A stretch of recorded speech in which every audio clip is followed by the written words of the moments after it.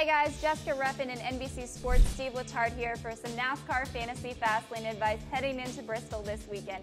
Steve, last week at Texas we saw Kyle Busch dominate, get his first win of 2018. Do you have him in your lineup heading to Bristol? I have heartburn about Kyle Busch in Bristol because I think he's going to run very well, but I'm running out of usage with Kyle Busch. So my plan is to put Kyle in my garage. I can't afford an okay run, 5th or 10th with Kyle, but I could use him for a win. So I'm going to see how he runs in Stage 1 and most of the way through Stage 2. If I think he's a contender, then perhaps I'm going to make the swap then and put him in my lineup. The usage is so important with some of those top guys. We saw last week with Truex Jr. and Kyle Larson, 2 must-starts at Texas. Both had issues, and fantasy players were forced to choose between the two, which one they wanted to keep and which one they wanted to take out. What do you do in that situation going forward? Well, first, this comes down to points. Which guy can you move to gain the most points? But when they both end up in an accident like they did last week, then I look at usage. As we look later into the year, I look at what drivers do I want to save. And without a doubt, Truex Jr. was the guy. I have to have him at all of my high-speed tracks in the summer, so he was the one that I put on the bench. I suggest that's what the fantasy players should do, is maybe not just look at points this week, but who do they have to save for later in their lineups. So if you're looking this week at Bristol, who are you putting in your lineup?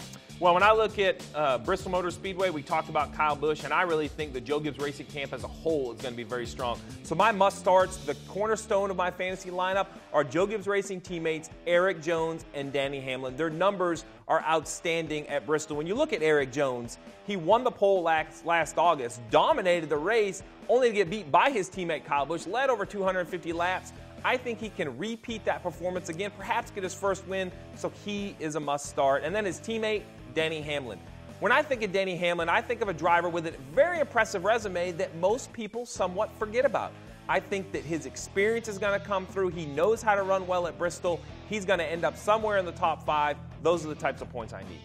I got to ask you with the Hamlin pick. You know, we know Bristol's pit road is very pit tricky. road. I knew you were going to go to pit road.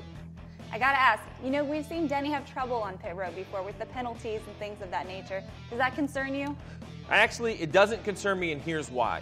If it was 1 or 2 issues, perhaps they think it's a fluke thing, but they've had enough issues that I really think that Mike Wheeler and Denny Hamlin are going to have a conversation this week. Bristol is not a place you can afford pit road penalties. You go back in traffic, accidents happen. So that as that elephant in the room has grown, I think it will be squashed this weekend going to Bristol. I look for Denny to get over his pit road woes. All right, we know the sleeper picks are also an important part of the strategy too. So, and I've got to say, just to brag on us a little bit, we've been really good with our sleeper picks. We picked Erik Jones last week at Texas, the week before, winner Clint Boyer at Martinsville. So pay attention to us for our sleeper picks. Well, if it wasn't for bonus picks, our sleeper picks would have me leading this thing, but I can't seem to get the bonus picks right. But I've been looking forward to this one because when I look at Bristol, the sleeper pick was very easy. It's Ricky Stenhouse Jr. Other than the restrictor plate tracks, Bristol is hands down his statistically best racetrack. There's something about the speed, the concrete surface, the banking, the close proximity racing that really suits his style. And Roush Fenway Racing in general has had a struggle this year, and I think it's mostly aero-based. Aero shouldn't affect them at the half mile as much as the big mile-and-a-half racetracks. Ricky Stenhouse Jr., I don't think it'll just be a top 10. I think it'll be a top 5. He definitely should be in your lineup. All right, now we're going to do hot lap. Well, 2 hot laps at Bristol. Okay, I get 2 laps. Thank goodness. Well, Bristol's very short, so we had to do 2 in there. Okay. But it's still not very long. So as many drivers you can fit in this amount of time, and give me a yes or a no. All right, I'm ready. Ready? Kevin Harvick. Must start if you can have the usage. I'm just running out of usage, or I'd have him in my lineup. Truex Jr.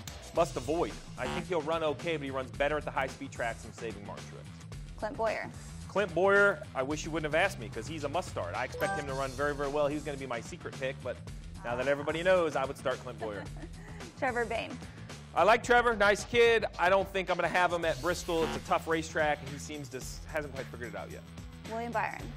Well, William Byron is coming off his best ever run at Texas, but Bristol and rookies do not mix. I'm avoiding William Byron this week. I think he'll figure it out over the summer, perhaps be a starter later in the year. All right, hot lap at Bristol. That's all we got. 2 laps. I'm telling you, it goes by quick, and so won't 500 laps for these drivers and crew chiefs. They're going to have to make decisions quickly over the course of the day. Well, and you guys have to make decisions quickly, too. Be sure you guys set your lineups, check your lineups all weekend long. Tweet Steve and I with any questions you have. Be sure to tune into the race on Sunday, Fox, 2 p.m.